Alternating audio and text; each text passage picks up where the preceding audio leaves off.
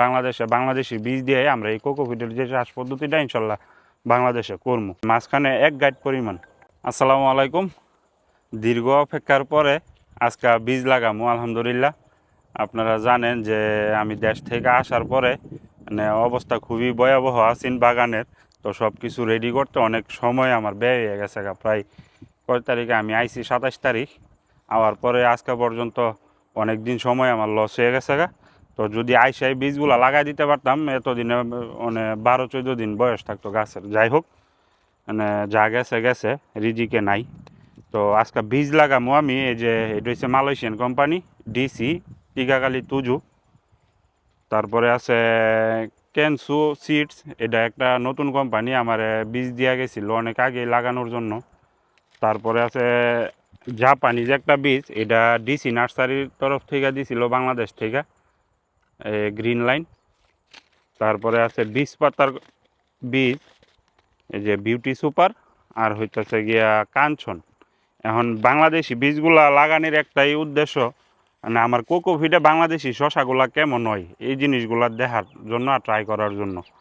আর বিশেষ করে মানে মালয়েশিয়ার ওয়েদারে কি শ্যুট করে কিনা বাংলাদেশি এই যে শশাগুলা, বা ফলন কীরকম দেয়। মালয়েশিয়াতে তো আমরা সবসময় এগুলা লাগাই, মানে মাশাল্লাহ অনেক ভালো ফলন দেয়। তো বাংলাদেশি যে বীজগুলো আনলাম, তারপরে জাপানি নতুন কিছু বীজ আনছি, লাগায় দেখমু, মানে এক এক লাইনে লাগামু।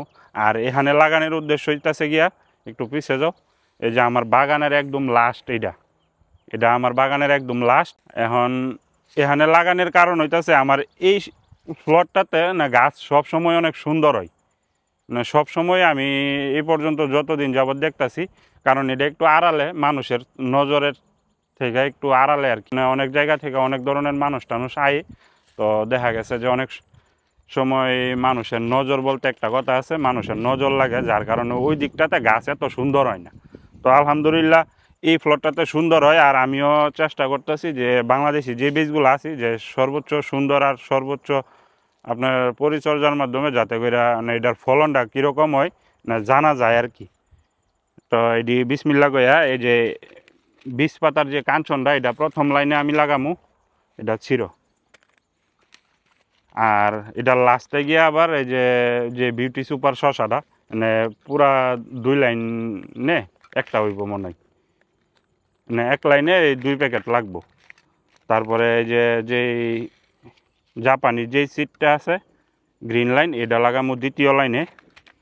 আর যে আরেকটা নতুন মালয়েশিয়ান কোম্পানি এই কেনসু, এটা লাগামো 3য় নাম্বার লাইনে। আর বাকি আমার যেগুলো, এগুলা তো আমার আগে পরীক্ষিতই, এটি এখন লাগাও বিসমিল্লাহ করে, কারণ আমি লাগাই দিই।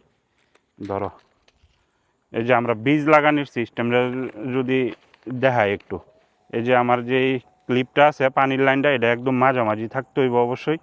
তারপরে এই যে ভিক্টোরি বি সিস্টেমে এই যে ধরতে হইব, মানে কোকোপিটে মানে মাঝখানে 1 গাইড পরিমাণ ভেতরে দিয়া 2 জায়গায় 2টা বীজ। এই যে আমার কাজ শেষ। প্রতিটা পলিব্যাগে ওই বীজ এরকম সিস্টেম ওই লাগাম। এই যে বেশি নিচে দিলে আবার সমস্যা, মোটামুটি এই যে 1 গাইড পরিমাণ নিচে দিলেই না। এই যে তো এরকমভাবে প্রতিটা বীজ লাগামু, দেখি আল্লাহ কপালে কি রাখছে, বাংলাদেশি বীজগুলা কি হয় কি না। যদি হয় তাইলে ইনশাল্লাহ আমরা মালয়েশিয়ার থেকে আর বীজ বা অন্য কোনো দেশ থেকে ইনপুট করা লাগবো না। বাংলাদেশি বীজ দিয়ে আমরা এই কোকোপিটের যে চাষ পদ্ধতিটা ইনশাল্লাহ বাংলাদেশে করবো। তো ভালো থাকবেন, সুস্থ থাকবেন, আমার জন্য বেশি বেশি দোয়া করবেন, যাতে ফলন ভালো হয়, দাম ভালো থাকে, সব কিছু মিলাই যাতে কিছু টাকা পাই।